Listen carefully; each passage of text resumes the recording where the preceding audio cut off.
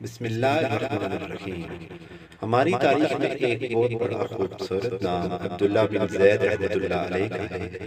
آپ نے ساری زندگی نکاح نہیں کیا، جوانی گزر گئی، بڑھاپا آیا، لیکن ایک دن بیٹھے حدیث مبارکہ پڑھ رہے تھے تو اس میں نبی کریم صلی اللہ علیہ وآلہ وسلم کا فرمان پڑھا، جس کا مفہوم یہ تھا کہ جنت میں کوئی اکیلا نہیں ہوگا جو نکاح کی عمر میں نہیں پہنچا، یا پہنچا بھی تو کسی وجہ سے نہیں ہوا، اور وہ مسلمان ہی مرا تو اللہ مسلمان مردوں اور عورتوں کا نکاح جنت میں کر دے گا۔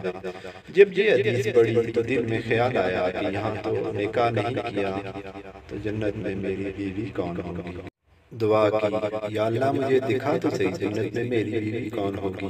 پہلی رات دعا قبول نہیں ہوئی، دوسری رات بھی دعا قبول نہیں ہوئی، تیسری رات دعا قبول ہو گئی۔ خواب میں کیا دیکھتے ہیں؟ کالے رنگ کی عورت ہے، حضرت بلال حبشی کے دیس کی رہنے والی، حبشہ کے دیس کی، اور وہ کہتی ہے کہ میں میمونہ ولید ہوں اور میں بصرہ میں رہتی ہوں۔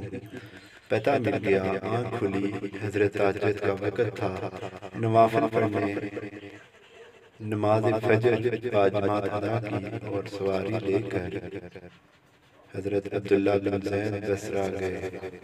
وہاں لوگوں نے بڑا استقبال کیا، حضرت کا نام ہی بہت تھا۔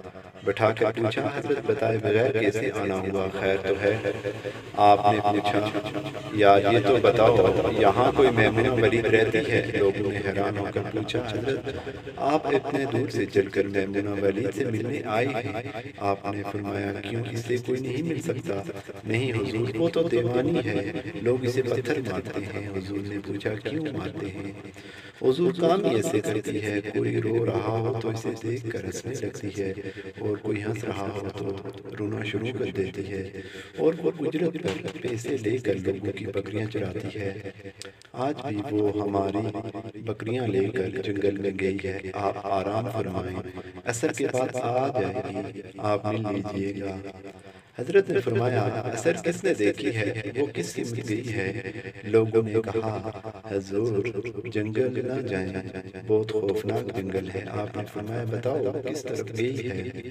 لوگوں نے بتایا، آپ فرماتے ہیں کہ میں نکل گیا، آپ فرماتے ہیں جب میں جنگل گیا، واقعی خوفناک جنگل تھا، جنگلی جانوروں کی بھرمار تھی، قدم قدم پر کوئی نہ کوئی چیز کھڑی ہے۔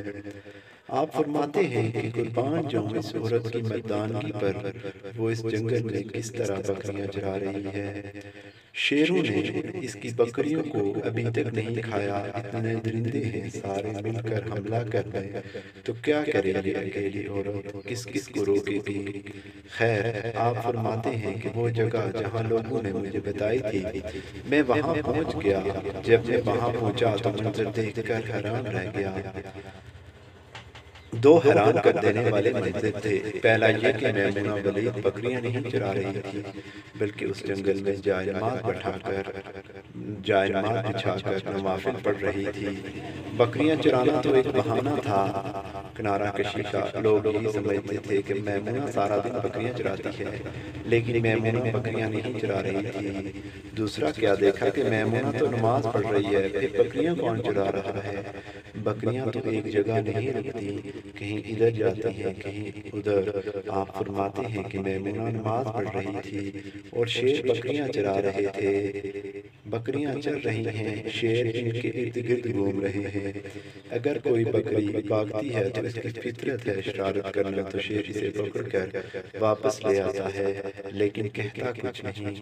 آپ فرماتے ہیں کہ میں حیران و پریشان کھڑا تھا کہ یہ کیسے ہو گیا، یہ فطرت کیسے بدل گئی؟ لوگ کہتے ہیں فطرت نہیں بدلتی، یہ شیروں اور بکریوں میں یاری کیسے ہو گئی؟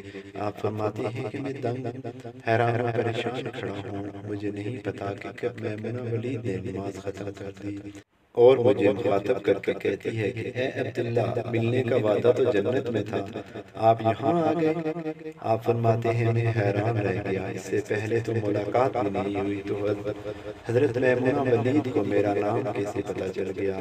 تو آپ فرماتے ہیں کہ میں نے حضرت میمونہ ولید سے سوال کیا، اس سے پہلے ہم ملے نہیں، ملاقات نہیں ہوئی ہماری، تو میرا نام کیسے پتا چلا آپ کو؟